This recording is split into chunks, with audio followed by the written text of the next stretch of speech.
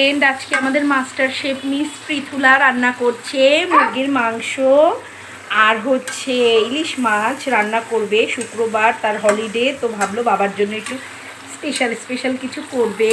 একটু তাকান master chef. তো ফ্রেন্ড, যেমনটি দেখতে পাচ্ছেন পৃথুলা আজকের বাবার জন্য রান্না করছে। হ্যালো সবাই, কেমন আছেন? আশা করি সবাই ভালো আছেন। আমার নতুন আরেকটি ব্লগ নিয়ে হাজির হলাম। আজকে দুপুরবেলা, শুক্রবার, যেহেতু হলিডে, ওদেরও পড়া নেই, স্কুল নেই, তো ওরা ভাবলো, মানে বিশেষ করে পৃথুলা, ও একটু রান্নাবান্নার দিকে ওর একটু ঝোঁক আছে।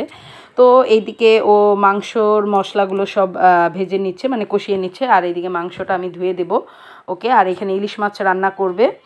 তো এখানে মাংসর জন্য আদা রসুনের পেস্ট, পেঁয়াজ আর পেঁয়াজের পেস্ট, কাঁচামরিচের পেস্ট আর পেঁয়াজ, এমনি পেঁয়াজ তেলে ভেজে নিয়েছে। তারপর আমি সাইড থেকে ওরে মাংসগুলো মানে দিয়ে দিচ্ছি, কারণ ও তো নর্মালি রান্না করে না, তো ওই রকম আইডিয়া নাই। তো পাশে দাঁড়িয়ে থেকে আমি আবার দেখিয়ে দিচ্ছি। মানে ওর খুব ইচ্ছা যে বাবাকে একদিন মাংস রান্না করে খাওয়াবে। তো মাঝে মাঝে ম্যাগি করে খায়, আমাদেরকে করে খাওয়ায়, ভালোই রান্না করে। তো এখানে মাংসটা কষিয়ে নিয়েছে। তো যখন নাকি একটু বেশি নাড়াচাড়া করতে সমস্যা হয়, তখন বলে মা একটু তুমি করে দাও।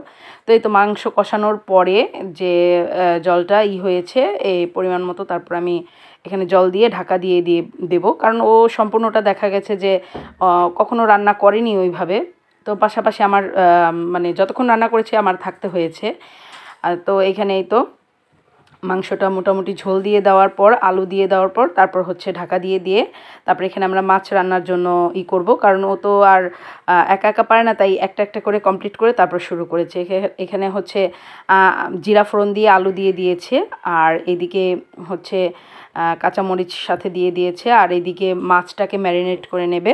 তো আমার এরকম রান্নার ভিডিও যদি ভালো লাগে তাহলে অবশ্যই ভিডিওতে লাইক দেবেন। এখানে মাছ ম্যারিনেট করেছে হচ্ছে শুকনো মরিচের গুঁড়া, হলুদের গুঁড়া, জিরার গুঁড়া, ধনের গুঁড়া আর হচ্ছে লবণ। তো আর সামান্য তেল দিয়ে ম্যারিনেট করে রেখেছে। তারপর এখানে সেম মশলা কড়াইতেও দেওয়া হয়েছে।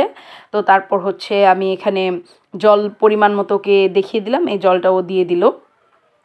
তারপর মাছটা আমি ভেজে রান্না করতে ওকে বলিনি, যে ভাজতে প্রবলেম হবে, তো তুমি করো মাছটা ওইভাবে, মানে মেখে রাখো ইলিশ মাছ, তারপর দিয়ে দেবে।